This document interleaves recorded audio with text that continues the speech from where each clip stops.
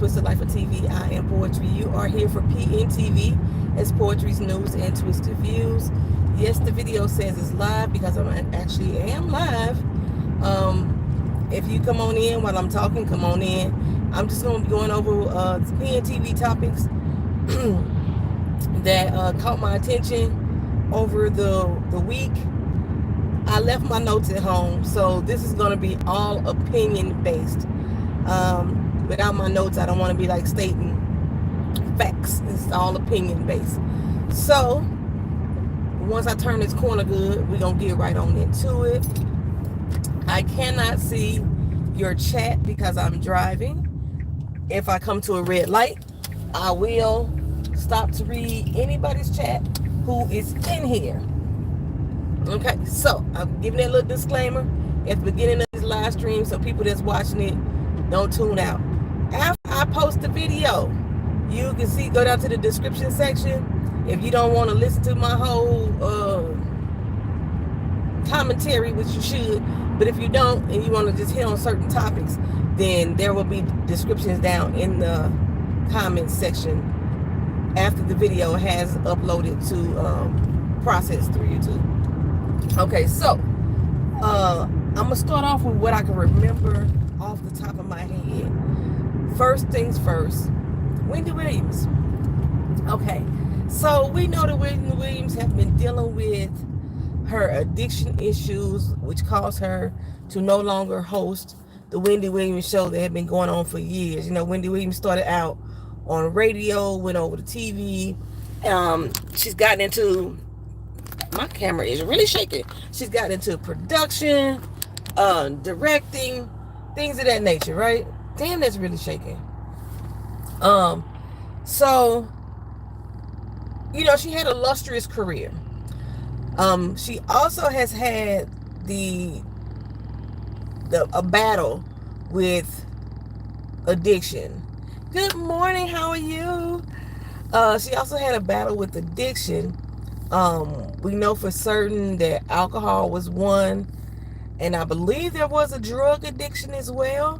It has not been confirmed or denied. But she did tell us that she was going through a cleanse, so to speak. But her cleanse was on her own. She basically went cold turkey. And then, like as we saw her downfall, like play out in front of our face on TV, especially with her marriage to Kevin, her young son Kevin getting into a little bit of legal trouble as far as like synthetic drugs and things like that. Her husband Kevin having a baby on her on the side, all this stuff. We watched that whole fiasco unfold in front of our eyes. We got to see the Wendy Williams movie, which I really enjoyed, actually, surprisingly.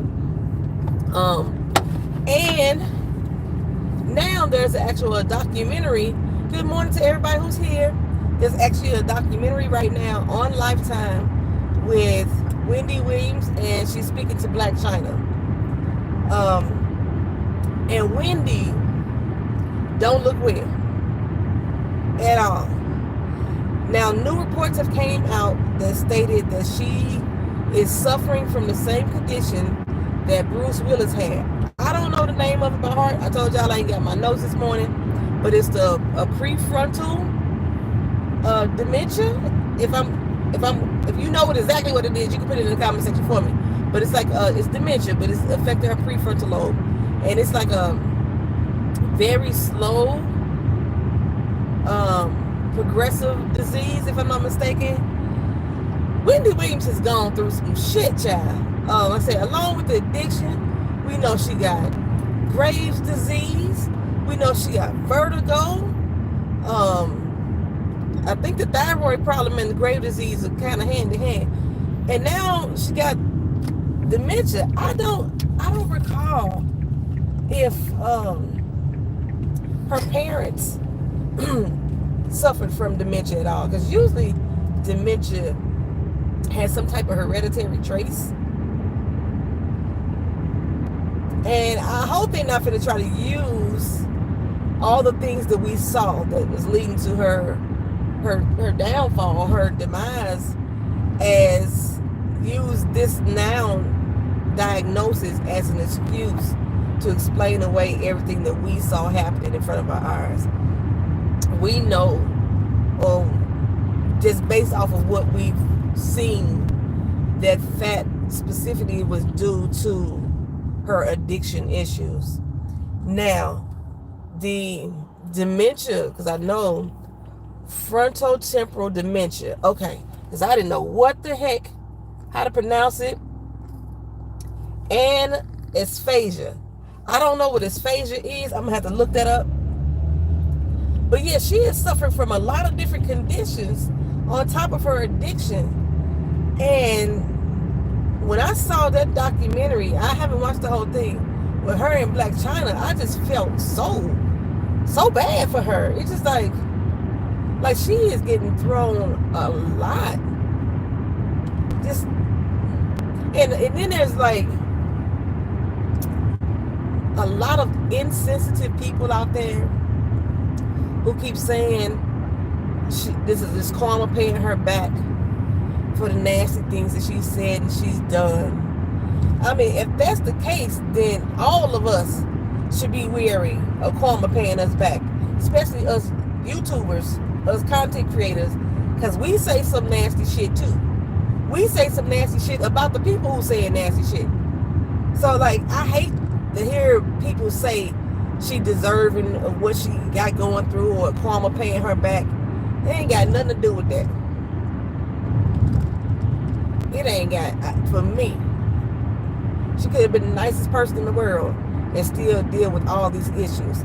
It's just that I just think we as people have lost a sense of compassion about ourselves. We thrive on misery. We thrive on other people's pain. For some reason, we find joy and relishing in people taking a downfall. I mean, as far as I'm concerned, she said some things that could be determined to be problematic. She's had a diva attitude with her production staff, as far as things that we've heard, and then with people that she's encountered. But overall, I really don't think that she's done anything to anyone that warrants the amount of hate, other than talking about your favorites, the things that she said about your favorites. But those are words. I don't think that she's done any irreparable damage to people that warrants the type of hate that she receives, that makes people say or relish in the fact that she's going through this medical condition. But that's just me. Okay, that's just me. So I'm going to send my prayers, my shout outs, throw them up for Wendy Williams. Because this is going to be, if we have to look at how Bruce Willis went through this is going to be a hard time for her. And her only support system that we're aware of family-wise at this point is her son. I don't think her relationships with anybody else in her family are that strong. So, and when you don't have that type of familiar support system and true friends, it's gonna make this whole process for her hard as hell. Hard as hell. So, prayers out to Wendy Williams, child. Like I said, I didn't take notes, so I'm about to be all over the place with what the hell I'm talking about. So I wanted to speak on the Hunter Biden, the Biden proceedings and impeachments inquiries that the GOP is going through. Okay, so within the past week or two, it had came out that one of the GOP's key witnesses had admitted that he was lying on the Bidens, that the information that he was giving them, he was lying about. This will be Alexander Smirnov. I remember the last name because it's like the sound. I remember it's a liquor called Smirnoff. Alexander Smirnoff. When I heard his name, I was like, is he Russian? That was my very first thought, child. My very first child. Smirnoff is not, ain't that a Russian name? That's what, because my brain was like, that's Russian or Czech or something like that, you know. And so when he came out and admitted that kind of crashed the GOP's whole case against the Bidens, because he was their key witness, right? And now you have your key witness coming out admitting that they lied about everything that they fed to the GOP. He's looking at 25 years in prison for his crimes, for lying and fabricating. Come on, baby, our light is green. And fabricating information about not just Hunter Biden, but our damn president. You know what I'm saying?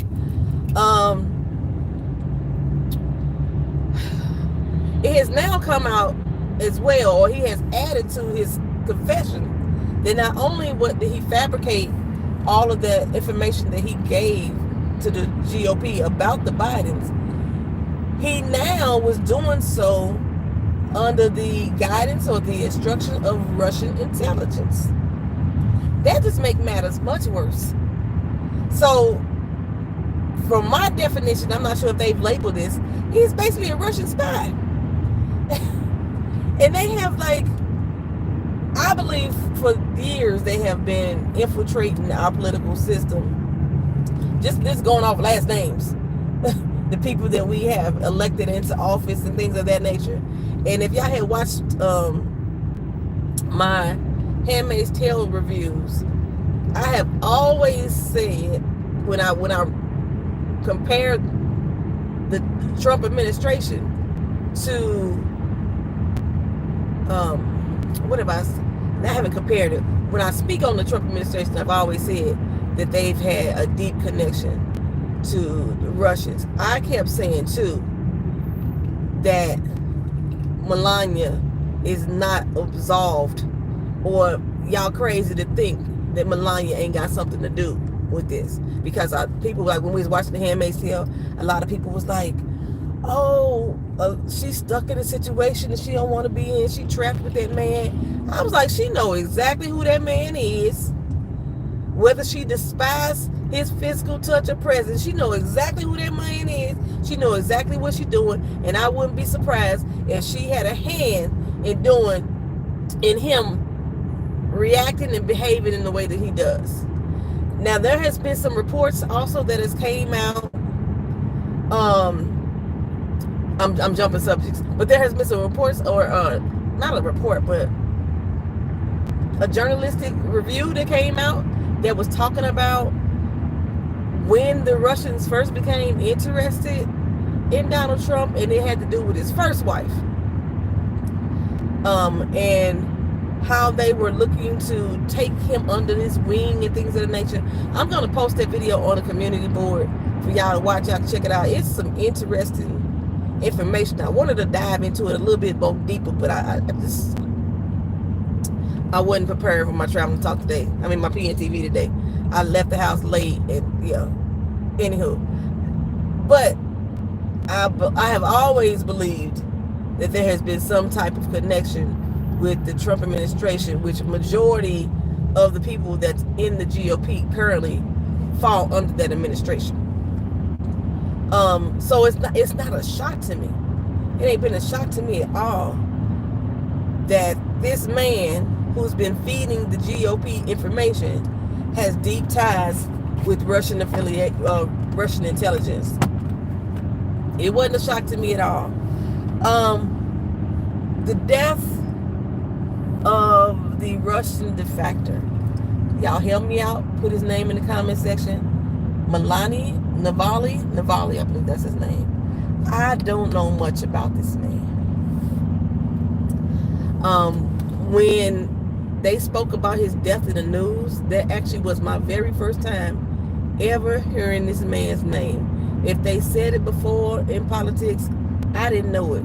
So I didn't know the significance of what this man supposedly had done. We just know that he defected from Russia,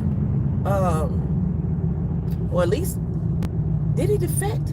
Y'all help me out, because I don't have my notes. But he's basically anti-Putin. Let's just put that in simple terms. He's basically anti-Putin. And apparently, back in 2020, Putin was supposed to have poisoned this man before and tried to kill him before. And that didn't work. They wouldn't let medical authorities in to come treat him because they was trying to let the poison go through his system.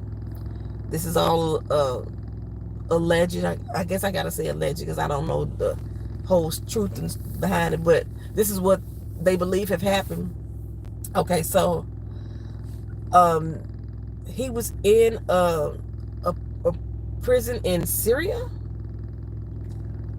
and he was assassinated, so to speak. His wife believes he was assassinated.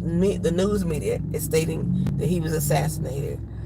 The Russian government has refused to release the body to the family in order to get an autopsy done and things of that nature. I got a feeling that the body gonna get lost. It's gonna somehow magically, deliciously disappear. That's my feeling. But even if they do turn over the body and they do determine that it was indeed an assassination, I honestly don't think that will have the negative impact that people want it to have.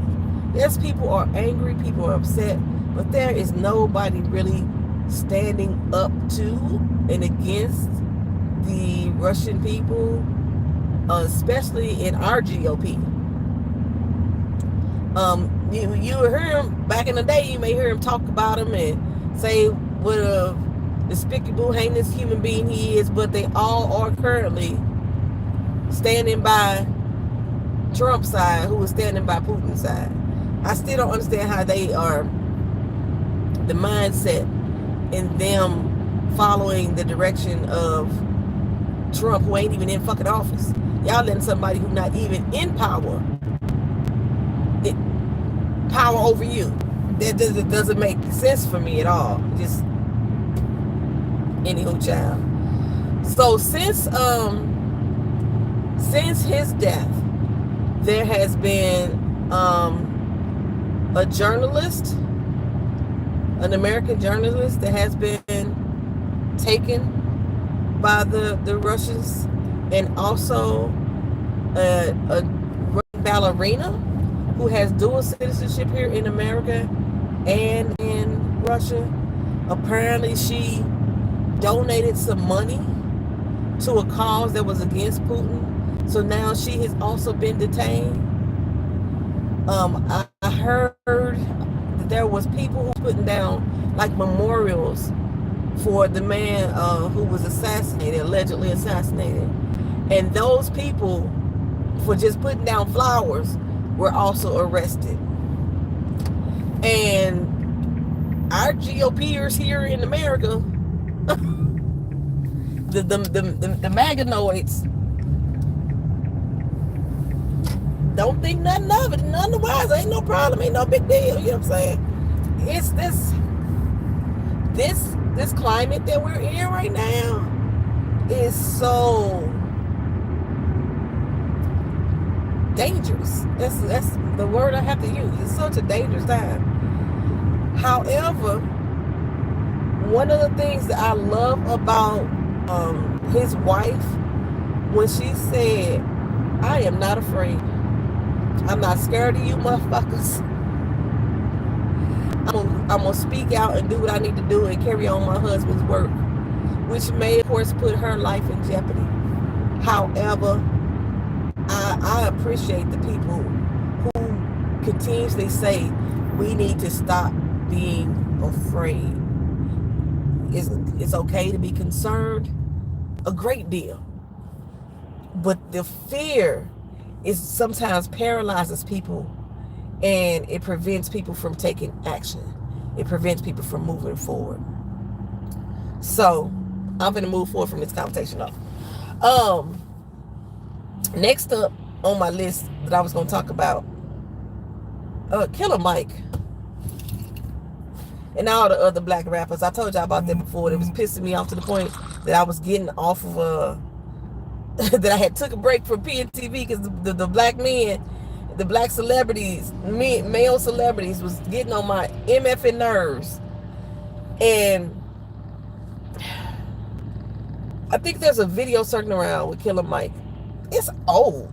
I remember seeing this video before, where he's talking to these kids about careers. And there's this little young black boy on there who says something about he wants to be the president. And Killer Mike mentions you need to get a trade. You know, they always pumping him, Umar Johnson, and a lot of other folks always pumping getting a trade. We need to go to trade school, learn how to be carpenters, learn how to use our hands, learn how to do stuff that, you know, we were forced to do back in slavery times, you know, be a laborer. That's basically what he was trying to promote. I actually have no problem with trade school because I think that college is not necessarily for everybody. I think it's great to have a trade. I myself wish I would have learned a trade. I really wish I would have learned construction. I really wanted to build houses. However, the main thing I saw that was wrong with that is that he totally dismissed this young man's dreams about becoming a president. Even if it wasn't about a president, if he had a dream about becoming a damn alien, don't knock his dreams.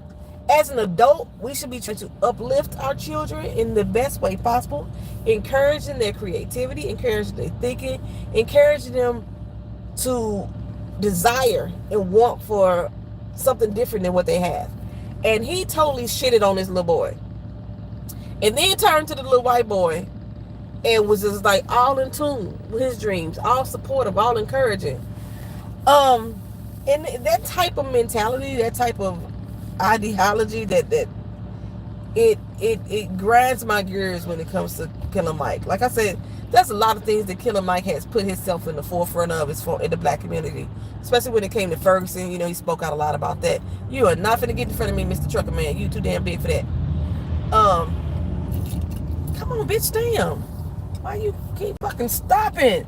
Move your raggedy ass car. That's why your shit fucked up now. You dumb bitch.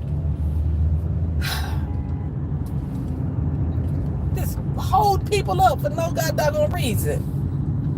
Okay, what was I saying? Yeah, that mentality, that way of thinking, that it grinds my gears with people like Killer Mike. And like I say, then you got, you know, the Snoop Dogs and the Ice Cubes and the Kodak Blacks and out here, ones who out here influencing our youth through music, through entertainment, through being a celebrity, shucking and jiving out here for Trump and his policies that don't even align with them for real. Let's be honest, I'm not even sure why they showboating. I really don't. I don't understand it. I really don't understand it at all. But Dumb Donald, he put out them gold sneakers for y'all niggers. That's what he did, because it wasn't for white people. Even though a white dude did buy a pair, one dude, he was selling them for $400, $399. So I think the shoe got sold and put on eBay and resold. And it might have been not even sold the first time. It might have been just Trump's people putting it up on eBay for resale, like it had been sold, like it was something, a desire to draw the demand or draw the want for them. They some ugly ass sneakers to me. They gold metallic, look like they spray paint on gold with some fucking Rust-Oleum. That's what it looked like to me. And then it got like the flag stripes, or blue and red stripes around the top of it, the quarter of it. I think with a star. They ugly as fuck to me.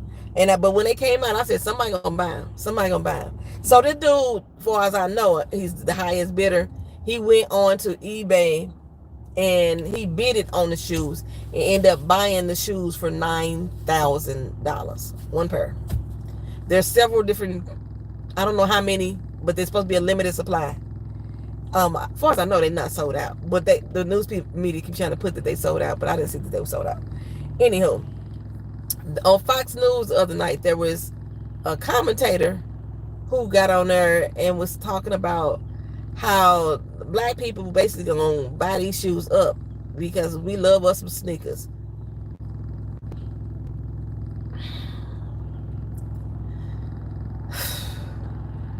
I don't know what the ratio of black people buying sneakers is to white people buying sneakers is. But the fact that they are using, I can't even call them Fox News, because they're not a news station. They're an entertainment network. Fox Entertainment Network. The commentary by the journalist, or he ain't even a fucking journalist, the man speaking on her, that was so planned. It was so calculated. The whole conversation was so calculated. It did one of two things. One, to get black people fired up. Well, shit, that's it. It was to get black people fired up. To get us arguing amongst ourselves. Which, if you go to any social media site that they're talking about these shoes and it's a black person who reposted the commentary, you go down in the comment section, that's all it is. It's argument. I think the very first, I was on, whose page was I on? Van Lathan's page, which he getting on my motherfucking nerves too. But on Van Lathan's page. And the very first comment was, here come the black Republicans supporting this bullshit. That comment was bait. That comment was a troll moment in order to get people arguing about that bullshit. All you get into the arguments now is about why they support Trump and why they not supporting Trump and how dumb people are and how stupid people this, that, and third. That's what they doing. That's all they doing in the comment section. We need to stop falling for the fucking okie doke. But I know it's gonna be some people, I said it before, some people who claim that they don't support Trump still buying those motherfucking shoes because they want a moment in history. They want to have a collector's item from this time. They think that it's going to be worth something years down the road, so they want to buy it now and they don't want to miss out. I've seen a lot of people doing that with Trump t-shirts who claim that they don't support Trump. But y'all putting money into their pockets to buy these collector items. How dumb is y'all? How dumb is that? There was another topic I was going to talk about, but now I can't remember. God, dog it. Dog, it was so... MTG, Marjorie Taylor Greene. I didn't even realize that this chick had filed a Supreme Court review of her fines that she was being charged. You know, during the height of the pandemic, everybody was supposed to have the mask mandates, right? Well, she was refusing to wear a mask on the floor. And when doing so, she generated up to $100,000 of fines. She took the fines to Supreme Court for them to decide whether or not she has to pay them. Well, the Supreme Court just rejected her claim to dismiss all those fines. It says you need to pay what you owe. Ain't that what your boss say? Dumb Donald. Ain't that what he said about NATO? You gotta pay what you owe or we can't do nothing for you. So Marjorie Taylor Greene, MTG, bitch, pay your damn fine. Ask your boss for some money. Oh, that's right, he owe over $600 billion or $1 million, over $600 million to the state of New York and E. Jean Carroll and some other shit. He tapped out right now. He pretty much tapped out. On top of that, we now have the Alabama Supreme Court, again, these are headlines that I ain't got no notes on, so this is just stuff that caught my attention. The Alabama Supreme Court ruled that, or maybe it was a lower court, but it was a court in Alabama. They ruled that the embryos in IVF are considered children. So, you know, people freeze their eggs because they want to have children later, or they have to harvest multiple eggs to see which one is going to actually take, you know what I'm saying? And most time the embryos are not connected to any sperm. They're just embryo. They're not the sperm and the egg that meets together. They just, you know, they haven't gelled them together at this point. The X chromosome and the Y chromosome, or the DNA that's supposed to match together to formulate babies. don't quote me on how to make babies. That process has not happened, but they are still considering those to be children. So if the family has 10 eggs froze and the IVF works on the first try, then they don't need the other 9 eggs. That's going to be considered murder in the state of Alabama. I was hearing something else.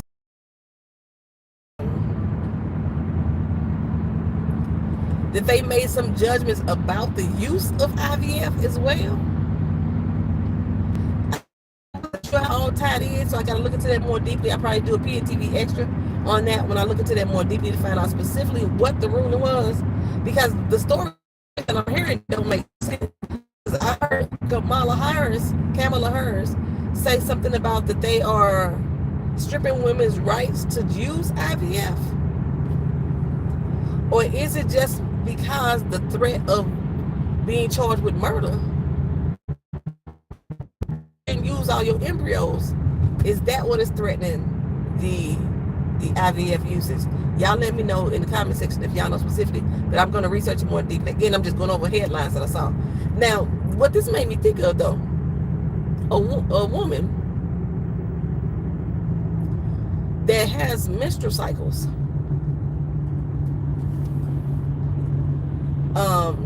they release eggs every month, sometimes 2.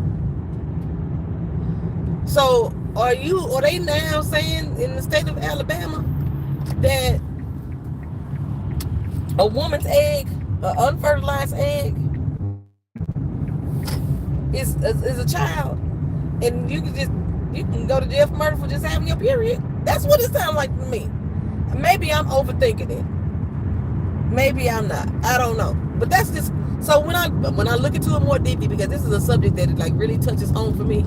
I know I'm 50, but I can still make babies. I still got a healthy flowing cycle, and I still want another baby. I don't know why.